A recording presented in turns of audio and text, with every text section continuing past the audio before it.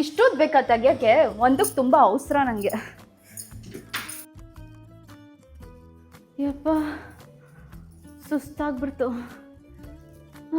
Bus stand ಹತ್ರ ಇಳಿದ್ನಾ, ಛತ್ರ ಎಲ್ಲಂತ ಹುಡುಕಿದ್ರೆ 5 kilometre ಒಳಗಡೆ ಅಂತೆ. ಒಂದು ಆಟೋ ಡ್ರೈವರ್ ಬಂದ ಬಸ್ ಸ್ಟ್ಯಾಂಡ್ ಹತ್ರ, ಛತ್ರ ಕರ್ಕೊಂಡು ಹೋಗಪ್ಪ ಅಂತಂದ್ರೆ 300 ರೂಪಾಯಿ ಕೇಳ್ತಾನೆ.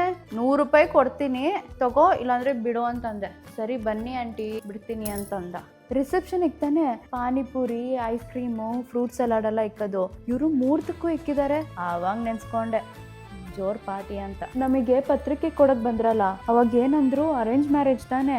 ಹುಡುಗಿ ಇಷ್ಟಪಟ್ಟಿರೋದ ಹುಡುಗನ, ಹುಡುಗಿ ತುಂಬಾ ಹಠ ಮಾಡಿದ್ಲಂತೆ, ಆ ಹುಡುಗನೇನೆ ಬೇಕು ಅಂತ. ಅದಕ್ಕೆ ಮದುವೆ ಮಾಡಿ ಕಳ್ಸಿರೋದು. ಇವಾಗ ಇದು ಛತ್ರದಲ್ಲೂ ಬಿದ್ದು ಬಿದ್ದು ಹೋಗ್ತಾ ಇತ್ತು. ಅದೇನ್ ಕಿವಿ ಒಲೆ ಕೊಟ್ಟಿದ್ಯೋ ಹಾಕೊಳಕ್ಕೆ. ಖರ್ಚು ಮಾಡೋದ್ ಮಾಡಿದ್ದಾರೆ, ಊಟ ಅಂತೂ ಚೂರು ಚೆನ್ನಾಗಿಲ್ಲ. ಇಷ್ಟು ಖರ್ಚು ಮಾಡಿ ಏನ್ ಪ್ರಯೋಜನ? ಊಟ ಚೆನ್ನಾಗಿರ್ಬೇಕು ತಾನೆ.